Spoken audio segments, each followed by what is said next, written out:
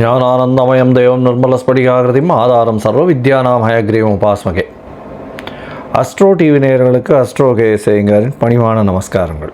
வாரப்பலன் 5/8/2024 11/8/2024 வரலும் உண்டான வாரத்திற்கு என்னென்ன பலன் மேஷம் முதல் மீனம் வரைன்றதை பார்ப்போம். அதற்கு முன்னாடி இந்த வாரத்தினுடைய கோல்சாரம் என்ன அப்படின்றத பார்ப்போம்.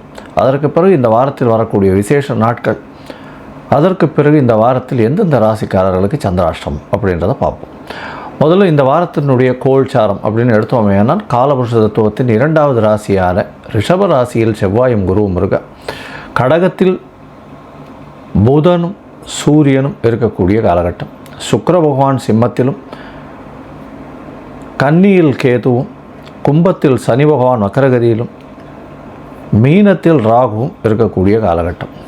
இந்த வாரம் பார்த்தேனால் சந்திரன் ஆயில்ய நட்சத்திரம், அதாவது கடக ராசி தன்னுடைய ராசியிலேயே இந்த வாரத்தை ஆரம்பித்து துலா ராசி 4ஆம் இடத்தில், அதாவது தன்னுடைய ராசிக்கு 4ஆம் இடமான துலாத்தில் சுவாதி நட்சத்திரம் வரலும் போகிறார். இதனால் பார்த்தேனால் என்னென்ன மாற்றங்கள் ஏற்படும் அப்படின்றத ஒரு ராசிக்காகவும் பார்க்கலாம். இந்த வாரத்தில் வரக்கூடிய விசேஷ நாட்கள் அப்படின்னு பார்க்கும்பொழுது, இந்த வாரத்தில் 7ஆம் தேதி அன்னைக்கு ஆடிப்பூரம், திருவாடிப்பூரத்து ஜெகத்துதித்தாள் வாழின்னு சொல்லக்கூடிய ஆண்டாள் பிறந்த தினம். இந்த ஆடிப்பூரம் நாச்சியார் திருமொழி, திருப்பாவை இந்த மாதிரியான விஷயங்களை வைணவ சம்பிரதாயத்துக்கு பெரிய விஷயமாக கொடுத்துருக்கக்கூடியவர். அதாவது ஆழ்வார்களிலே ஒரு பெண் இருக்கக்கூடிய ஒரு பெரிய வழிபாட்டுக்கு உகந்த ஒரு பெண்ணாக இருக்கக்கூடியவர். அதனால் ஆண்டாளுடைய பிறந்தநாள் பெரிய ஏற்றமான விஷயம். ஸ்ரீவில்லிபுத்தூரில் ரொம்பவும் கொடிகட்டி பறக்கக்கூடிய ஒரு நல்ல விசேஷங்கள் நடக்கும். அதற்கு அடுத்த நாள் 8ஆம் தேதி பார்த்தேனால் ஆடி தபசு, கோமதி அம்மன் சங்கர நாராயணன் திருக்கோவில், சங்கரன் கோவில், அது பெரிய ஏற்றம். அதாவது ஊசி முனையில் தவம் பண்ணி சங்கரனையும் நாராயணையும் ஒரு சேர பார்க்கணுன்றதுனால பார்த்து கோமதி அம்மனாக சிவனை திருமணம் செய்து கொண்டக்கூடிய ஒரு விஷயம். ஆடி தபசு அப்படின்றது ரொம்பவும் விசேஷம். அதாவது ஒரு 10 நாளாக கொண்டாட்டம் நடக்கும். இந்த ஆடி தபஸில் ஒரு 108 பிரதட்சணம் பண்ணுவாங்க. அதுவும் ரொம்ப பெரிய ஏற்றத்தை கொடுக்கும். அதாவது கஷ்டங்கள் நீங்கக்கூடியது. இந்த 108 பிரதட்சணம் பண்ணுறதன் மூலியமாக கஷ்டங்கள் நீங்கிறது, அதை தவிர பிரச்சனைகள் எதாக இருந்தாலும் போகும், குழந்தை பிராப்தி ஏற்படக்கூடிய பாக்கியம், எல்லா விதமான சௌபாகியங்களும் ஏற்படக்கூடிய காலகட்டமாக அமையும். இந்த வாரத்தில் பார்த்தேன்னா சஷ்டி விரதம், அது 10ஆம் தேதி அன்றைக்கி வருது. சஷ்டியில் விரதம் இருந்தால் அகப்பையில் வரும் குழந்தை பிராப்தி ஏற்படும் அப்படின்றதுனால சஷ்டி விரதம் முருகனுக்கு ஏற்றது ஒரு பெரிய விசேஷம். இந்த வாரம் 10ஆம் தேதி 10/8/2024 அன்றைக்கி வருது. நல்ல ஒரு ஏற்றமான காலமாக இருக்குது. பொதுவாகவே முருகனுக்கு வேண்டிட்டு சஷ்டி விரதம் இருப்பாங்க. எதிரிகளை வெல்லக்கூடிய காலகட்டமாகும், அதாவது வெல்றதுக்காகவும், அதை தவிர எந்த ஒரு கஷ்டங்களை விட்டு வெளியில் போவதற்காகவும், குழந்தை பிராப்தி ஏற்படுவதற்காகவும் இந்த சஷ்டி விரதம் இருக்கிறது. இது ஒரு வருஷ காலம், அதாவது 52 வாரம் 58 வாரம் அந்த மாதிரியான விசேஷங்கள் இருப்பாங்க. சரி, இந்த வாரம் எந்தெந்த ராசிக்காரர்களுக்கு சந்திராஷ்டமம் அப்படின்னு பார்த்தேனால் தனுசு, மகரம், கும்பம், மீனம் இந்த 4 ராசிக்காரர்களுக்கு சந்திராஷ்டமம் இருக்குது. சந்திராஷ்டமம்னா உங்களுடைய பிறந்த ராசிக்கு 8ஆம் இடத்தில் சந்திர பகவான் மறையக்கூடிய காலகட்டத்தை சந்திராஷ்டமம்னு சொல்கிறோம். சந்திராஷ்டமத்தினால என்ன அப்படின்னா, மதிகாரகன் மயங்கி இருக்கக்கூடிய காலகட்டத்தில் தவறான முடிவுகள் இருக்கக்கூடும். அதனால் சந்திராஷ்டம காலத்தில் முடிஞ்சவர்களும் எந்த ஒரு புதிய முயற்சி வேண்டாம், வெளியூர் வெளிமாநில பிரயாணம் வேண்டாம்னு சொல்கிறோம். ஒருவேளை நீங்கள் போக வேண்டிய கட்டாயம் இருந்தது, ஆனால் சந்திராஷ்டமத்துக்கு உண்டான எளிய பரிகாரம் அப்படின்னு சொல்லக்கூடிய அருகில் இருக்கக்கூடிய கோவிலில் நெல் இல்லைன்னா பச்சரிசி தானமாக கொடுத்துட்டு போங்க உங்களால் முடிஞ்சது. அதன் மூலியமாக சந்திராஷ்டமத்தின் தாக்கம் நிச்சயமாக குறையும். இந்த வாரத்தில் பார்த்தேனால் மேஷம் முதல் மீனம் வரை எப்படி இருக்குது ஒரு ராசிக்கு அப்படின்றத பார்ப்போம். அதுக்கு முன்னாடி என்னுடைய மொபைல் நம்பர் கீழே ஸ்க்ராலிங்கில் போயின்னு இருக்கும். உங்களுக்கு அஸ்ட்ராலாஜிக்கல் கன்சல்ட் தேவைப்பட்டதுன்னா எனக்கு ஃபோன் பண்ணுங்க. உங்களுடைய date, time, place of birth, உங்களுடைய பெயர், உங்களுடைய தாய் தகப்பனார் பெயர் அனுப்பிச்சிங்களே, ஆனால் உங்களுடைய ஜாதகத்தை போட்டு சந்தி இருக்கான்றதை பார்த்து, உங்களுடைய நட்சத்திர சந்தி, பாத சந்தி, லக்ன சந்தி இது எது இருந்ததுனாலும் பார்த்து, அதன் மூலியமாக உங்களுடைய தசாபுக்தி, அந்தரம், சூக்ஷ்மம் இது எல்லாத்தையும் பார்த்துட்டு இப்போ இருக்கக்கூடிய கோச்சார பிரகாரம் உங்களுக்கு என்ன ஏற்றமான காலங்கள் வரப்போகிறது அப்படின்றதையும், உங்களுடைய பிரச்சனைக்கு என்ன விடிவு காலம் அப்படின்றதையும் எளிதாக சொல்கிறேன். ஏன்னா எனக்கு தெரிஞ்ச வாழ்வில் பாதி பேரில் பார்த்தேனால் சில பேருக்கு நட்சத்திரம் என்னன்னே தெரியாது, எந்த ராசியில் இருக்கான்னே தெரியாது. அதாவது துலா ராசின்னு சொல்லிட்டு இருப்பா, விசாக நட்சத்திரத்தில் இருக்கேன்னு சொல்லிட்டு இருப்பாள். ஆனால் அவளை பார்த்தாலேயானால் விருச்சிக ராசியில் இருப்பாள். ஏன்னா சந்தியில் வந்திருக்கும். அதனால் இந்த மாதிரியான பிரச்சனைகள் நிறைய பேருக்கு இருக்குது. அதனால் முதல்ல இதை பார்த்து சரி பண்ணிக்கிறது ரொம்ப விசேஷம். இதன் மூலியமாக பார்த்தாலேயானால் உங்களுடைய ராசி என்னன்றது கரெக்டாக தெரியும். ஏன்னா நிறைய பேருக்கு ஒரு 40 வயசு 45 வயசு வரலும் அவளுடைய ராசி என்னன்னே தெரில, என்ன லக்னம்னே தெரில, இந்த நட்சத்திரமா அந்த நட்சத்திரமானே இருக்கா. இதனால் பார்த்தாலும் இப்போ வந்து கன்னியா ராசிக்கு வந்து அர்ச்சனை பண்ணிட்டு இருப்பா, பார்த்தா துலா ராசியாக இருக்கும் சித்ரா நட்சத்திரத்தில். அந்த மாதிரி மாற்றி மாற்றி அவள் பண்ணிட்டு இருப்பாள். அதே மாதிரி பொருத்தம் பார்த்து கல்யாணமாகி பிரச்சனைகள்லாம் இருந்துகிட்டு இருக்கும். எதனால் பண்ணான்றதே தெரியாமல் இருக்கும். அதனால் உங்களுடைய முதல்ல வந்து உங்களுடைய ராசி சந்தி, நட்சத்திர சந்தி, பாத சந்தி இருக்கா, அதை தவிர லக்ன சந்தி இருக்கான்றதை பார்த்து உங்களுடைய ஜாதகத்தை போட்டு அதற்கப்புறம் அப்பாயின்மெண்ட் கொடுக்குறேன். என்னுடைய கட்டணம் என்னன்றதையும் சொல்கிறேன்.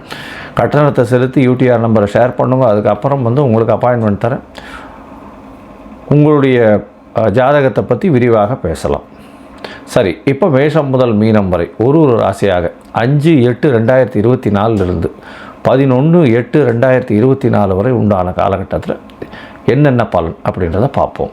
மகரம், உத்திராடம், திருவோணம், அவிட்டம் இந்த 3 நட்சத்திரம் 9 பாதங்களை கொண்ட ராசி. ராசியின் அதிபதினு சொல்லக்கூடியவர் சனி பகவான். ராசிக்கு 2ஆம் இடத்துல வக்கரம் பெற்றிருக்கார். இந்த வாரம் பார்த்தாலேயானால் உங்களுடைய ராசிக்கு 2ஆம் இடத்துல வக்கரம் பெற்ற சனி பகவான் இருக்கிறதுனால பேச்சில் கவனமாக இருக்கிறது ரொம்பவும் நல்லது. குடும்பத்தில் சிறு சிறு பிரச்சனைகள் கணவன் மனைவிக்குள்ளே இருக்கும். ஏன்னா 7ஆம் இடத்துல பார்த்தாலேயானால் 6-8 அதிபதிகள் சேர்ந்து இருக்கிறது அந்த அளவு விசேஷம் இல்லை. இதன் மூலியமாக சிறு சிறு மனக்கசப்புகள் இருக்கக்கூடிய வாய்ப்புகள் கணவன் மனைவி கிட்ட இருக்கும். அது தவிர எதிர்பாலினத்தோர் மூலியமாக சிறு சிறு பிரச்சனைகள் வரும். நட்பு வட்டாரங்களில் பிரச்சனைகள் இருக்கக்கூடிய வாய்ப்புகள் உண்டு. உங்களுடைய ராசிக்கு 7ஆம் இடத்துல பார்த்தீங்கன்னா பார்ட்னர்ஷிப் பிஸ்னஸ் பண்ணுறவா புதிய கடன் வாங்கக்கூடிய வாய்ப்புகள் இருக்கும். அது தவிர பார்ட்னர்ஷிப் பிஸ்னஸில் பார்த்தீங்கன்னா சிறு தடைகள் இருக்கக்கூடிய வாய்ப்புகள் நிச்சயமாக உண்டு. ராசிக்கு 2ஆம் இடத்துல இருக்கக்கூடிய சனி பகவான் பண வரவிற்கு கம்மி இருக்காது.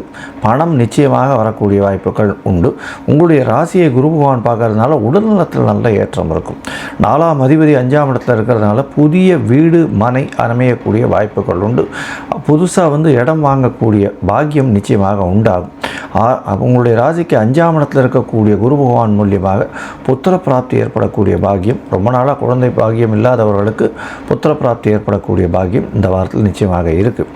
இந்த வாரத்தில் பார்த்தாலேயானால் உங்களுடைய ராசிக்கு 9ஆம் இடம் அப்படின்னு சொல்லக்கூடிய கன்னியா ராசியில் கேது பகவான் இருக்கிறதுனால தந்தையின் உடல்நிலையில் சற்று பின்னடைவு இருக்கும். ஏன்னா 8ஆம் அதிபதி 8க்கு 12 இருக்கிறதும் 9ஆம் இடத்துல வந்து கேது பகவான் இருக்கிறதன் மூலியமாக தந்தைக்கு பின்னடைவு இருக்கக்கூடிய வாய்ப்புகள் நிச்சயமாக இருக்கும். அவருடைய உடல் நலத்தில் சற்று பின்னடைவு இருக்கக்கூடிய காலகட்டமாக அமைய போகிறது. உங்களுடைய முயற்சிகள் எல்லாமே அபரிமிதமாக இருக்கும். எல்லா விதமான முயற்சிகளிலும் வெற்றி பெறக்கூடிய வாய்ப்புகள் உண்டு. 3ஆம் இடத்துல இருக்கக்கூடிய ராகு பகவான் அபரிமிதமாக ஏற்றத்தை கொடுக்கக்கூடிய காலகட்டம். 3ஆம் இடத்தில் இருக்கக்கூடிய ராகு பகவானுக்கு இடம் கொடுத்தவர் வந்து குரு பகவானும் 5ஆம் இடத்துல இருக்கிறது பெரிய விசேஷம். 3க்கு 3 சொல்லக்கூடியது. உங்களுடைய முயற்சிகள் அனைத்தும் வெற்றி பெறக்கூடிய வாய்ப்புகள் நிச்சயமாக உண்டு. எல்லா விதத்திலையும் வந்து முயற்சிகளில் பார்த்தீங்கன்னா நல்ல ஒரு ஏற்றம் இருக்கும். புதிய வேலை கிடைக்கக்கூடிய பாக்கியம் உண்டு. பார்ட்னர்ஷிப் தொழிலில் ரொம்ப ஜாகிரதையாக இருக்கணும். புதிய இன்வெஸ்ட்மெண்ட் போடாதீங்க. பொறுமையாக இருக்கிறது நல்லது. லாபங்கள் அதிகமாக இருக்கும். சொந்த தொழில் பண்ணுறவாளுக்கு லாபங்கள் அதிகமாக இருக்கும். சட்டம் ஒழுங்கு, அது தவிர வந்து இந்த எண்ணெய் வித்துக்கள் விற்கிறவங்க, இரும்பு சம்பந்தமான வியாபாரம் பண்ணுறவங்களுக்கெல்லாம் பெரிய ஏற்றம் கிடைக்கக்கூடிய வாய்ப்புகள் உண்டு. அது தவிர வண்டி, 2 வீலர் 4 வீலர் இந்த மாதிரியான விஷயங்கள் ஓட்டுறவங்களுக்கு நல்ல ஒரு இந்த மாதிரியான விஷயங்கள் வியாபாரம் பண்ணுறவாளுக்கு நல்ல ஒரு ஏற்றம் இருக்கும். இந்த வாரத்தில் வந்து அதிவேகமாக செல்லக்கூடிய கிரகமான சந்திர பகவான் உங்களுடைய ராசிக்கு 7ஆம் இடத்துலேருந்து இந்த வாரத்தை ஆரம்பிக்கிறார். அதாவது 5/8/2024 11/8/2024 வரை உண்டான காலகட்டத்தில் 5ஆம் தேதி மாலை ஒரு 4:30 மணி வரலும் சமசப்தமத்தில் இருக்கக்கூடிய காலகட்டம். இந்த காலகட்டத்தில் 7ஆம் இடத்துல வந்து 8ஆம் அதிபதியும் 6, 7, 8 அதிபதிகள் சேர்ந்து இருக்கிறதுனால சிறு சிறு கடன் வாங்கக்கூடிய வாய்ப்புகள் உண்டு. இருந்தாலும் 7ஆம் அதிபதி இருக்கிறதுனால நல்ல ஒரு ஏற்றம் இருக்கக்கூடிய காலகட்டம். உங்களுடைய ராசிக்கு 8ஆம் இடத்துல சந்திர பகவான் போகிறார். அது வந்து 5ஆம் தேதி மாலை 4:30 மணியிலிருந்து 8ஆம் தேதி அதிகாலை ஒரு 3 மணி வரலும் இருக்குது. சந்திராஷ்டம காலமாக இருந்தாலும் பரிவர்த்தனை யோகம் அமையிறது. அதாவது சூரியனும் சந்திரனும் ஒருவருக்கொருவர் பரிவர்த்தனை ஆகிறதுனால பார்ட்னர்ஷிப் வியாபாரத்தில் நல்ல ஒரு ஏற்றம் இருக்கும். கணவன் மனைவிக்குள்ள நல்ல ஒரு அந்யோன்யம் இருக்கக்கூடிய காலகட்டமாக அமைய போகிறது. நண்பர்கள் வட்டாரத்தில் உங்களுடைய பெயர் புகழ் அந்தஸ்து கௌரவம்லாம் ஏற்றம் கொடுக்கக்கூடிய காலகட்டமாக இருக்குது. திடீர்னு உங்களுக்கு ஒரு ஜாக்பாட் அடிக்கும், உங்களுடைய இமேஜ் அதிகமாக இன்க்ரீஸ் ஆகக்கூடிய வாய்ப்புகள் உண்டு. உங்களுடைய ராசிக்கு 9ஆம் இடத்துல சந்திர பகவான் போகிறார். இது வந்து 8ஆம் தேதி அதிகாலையிலிருந்து 10ஆம் தேதி மாலை ஒரு 3:30 மணி வரலும் இருக்கக்கூடிய காலகட்டமாக அமையப்போகுது. இந்த காலகட்டத்தில் பார்த்தீங்கன்னா 9ஆம் இடத்துல சந்திர பகவான் இருக்கார். பரிவர்த்தனை யோகம், புதனும் சந்திரனும் பரிவர்த்தனை யோகம் இருக்கக்கூடிய காலகட்டமாக அமையிறது. இதனால் பார்த்தீங்கன்னா உங்களுக்கு வந்து தந்தையின் மூலியமாக சொத்துக்கள் வரக்கூடிய வாய்ப்புகளும், அதை தவிர இந்த ஷேர் மார்க்கெட்டில் இருக்கிறவங்களுக்கு நல்ல ஒரு ஏற்றமும், அதை தவிர உங்களுக்கு வந்து ட்ரேடிங் செக்மெண்ட்டில் இருக்கிறவா, ட்ரேடிங்னு சொல்லக்கூடியது வந்து பொருட்களை வியாபாரம் செய்கிறவங்க, அவர்களுக்கு வந்து ஒரு பெரிய ஏற்றம் கிடைக்கக்கூடிய காலகட்டமாக அமைய போகிறது. உங்களுடைய ராசிக்கு 10ஆம் இடத்துல சந்திர பகவான் போகிறார். 10ஆம் அதிபதியும் வந்து உங்களுடைய ராசிக்கு 8ஆம் இடத்துல இருக்கார். அதாவது மறைந்த இடத்துலேருந்து திடீர் செல்வம் வரும். 10க்கு 11ஆம் இடம் அப்படின்னு சொல்லக்கூடியது 8ஆம் இடம். அதனால் செல்வங்கள் அதிகமாக, பணவரவிற்கு பஞ்சமில்லாத இடமாக இருக்கக்கூடிய வியாபாரத்தில் பெரிய ஏற்றம் கிடைக்கக்கூடிய, மூலதனம் இல்லாமல் செய்யக்கூடிய வியாபாரத்தில் பெரிய ஏற்றம் இருக்கக்கூடிய காலகட்டமாக இந்த வாரம் அமையிறது.